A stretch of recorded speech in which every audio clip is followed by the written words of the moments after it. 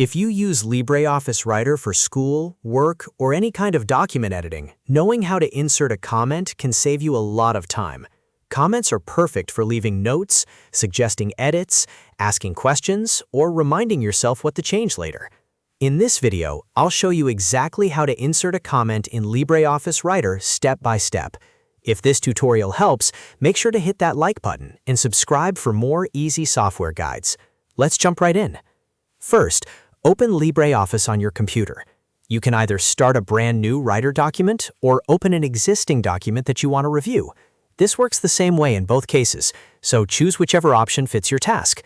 Once your document is open, look through the text and select the exact word, sentence, paragraph, or section where you want the comment to appear.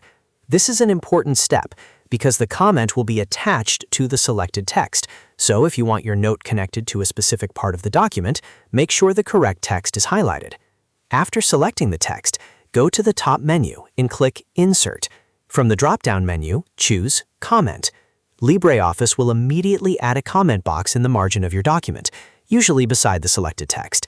Now all you need to do is click inside that comment box and type your message. You can write feedback, instructions, reminders, edits, or anything else you want to note.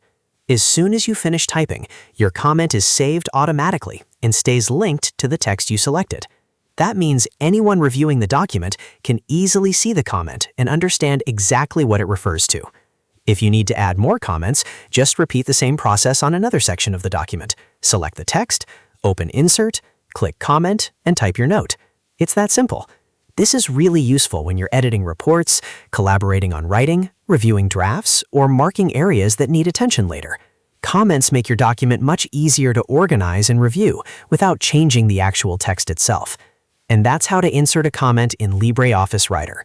It only takes a few clicks once you know where to look.